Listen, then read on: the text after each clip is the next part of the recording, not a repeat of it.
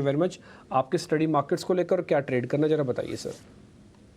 जी, very good afternoon निम्बी जी। निम्बी जी, फिलहाल तो markets last 3 दिन से कंसोलिडेशन में, इंडेक्स में भी एक इवेंट है, इंटरनेशनल इवेंट है फेड मीटिंग का, उसके लिए वेट कर रहा है। But no stock specific action फिर भी अच्छा है। परसिस्टेंट एक स्टॉक है जो हमें यहाँ पे पसंद आ रहा है टेक्निकली, कि जहाँ पे एक प्रीवियस अच्छे खासे अपमूव के बाद में पिछले 2 हफ्ते में स्टॉक कंसोलिडेशन फेज में रहा, जो मोर एक टाइम वेस्ट के करेक्शन जैसा दिख रहा है, और अभी अपट्रेंड के रिजम्पशन के वर्ज पर है। वॉल्यूम्स प्राइस अपमूव्स में जैसे अच्छे हुए, वैसे करेक्टिव फेज में कोई भी वॉल्यूम्स के साथ में करेक्शन नहीं हुआ है। सो आई थिंक ओवरऑल स्ट्रक्चर्स काफी स्ट्रॉन्ग है।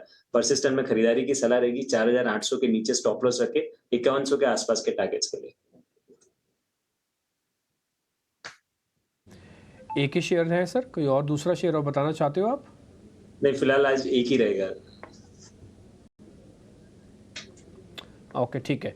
अच्छा सर, ये आप कह रहे हैं कि आईटी के अंदर, वैसे आपको ओवरऑल आईटी के अंदर कोई खास प्रॉब्लम तो नहीं दिख रही है ना? मैं वैसे सेक्टोरली मूव भी पूछना चाह रहा हूँ आपसे। जी नहीं डिम्पी जी, आई थिंक सेक्टोरली आईटी में एक अपट्रेंड का काफी समय के बाद में अपट्रेंड का रिजम्पशन हमने देखा। अगर आप देखेंगे तो लास्ट 3-4 क्वार्टर कंपेयर करेंगे, या अगर सिर्फ आप लास्ट 2-3 हफ्ते मत देखिए, आप लास्ट 3-4 क्वार्टर्स देखेंगे, तो जब भी लार्ज कैप आईटी स्टॉक्स के रिजल्ट्स आते थे या कुछ मिड कैप स्टॉक्स के भी रिजल्ट आते थे, तो मार्केट के जितना आउट परफॉर्मेंस ये स्टॉक्स ने नहीं दिखाए थे।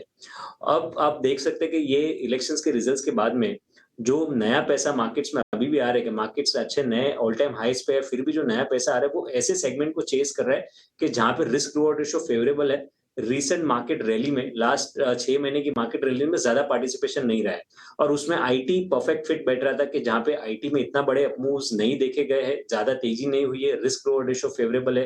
और आई थिंक इसी की वजह से हमने ये लार्ज कैप स्टॉक्स में भी एक अच्छे मोमेंटम देखे हैं। सो मे बी इवेंट की वजह से अगर छोटे मोटे पुल बैक मूव रह सकते हैं, क्योंकि स्टॉक्स ऑलरेडी चल चुके हैं, बट लेकिन ब्रॉडर पर्सपेक्टिव से हमें लग रहा है कि आईटी में एक लंबे समय का अपट्रेंड की शुरुआत हमने ये पिछले 2 महीने में देखी है, और ये कंसिस्टेंट रहेगी आगे चल के। सो आई थिंक आईटी सेक्टर पे कोई चिंता करने की जरूरत नहीं है। इनकेस आप लॉन्ग टर्म के इन्वेस्टर है, तो आई थिंक आज के आईटी नेम्स फोकस में रखने चाहिए। अगर कुछ भी इवेंट के वजह से डिप आते हैं, तो उसे एक बाइंग अपॉर्चुनिटी तरीके से देखनी चाहिए। डन सर, ठीक है सर, डन। परसिस्टेंट आपका नोटिस हो गया सर, स्टॉप लॉस और टारगेट भी हमने नोटिस कर लिए हैं। और ये शेयर जो आपको सर दे रहे हैं ना रुचित, वो बहुत ही इंटेलिजेंटली आपको मार्क करके दे रहे हैं। देखिए, मार्केट में वॉल्यूम कम रखो, शेयर का सिलेक्शन अच्छा करो, बस इतना ही आपका काम है।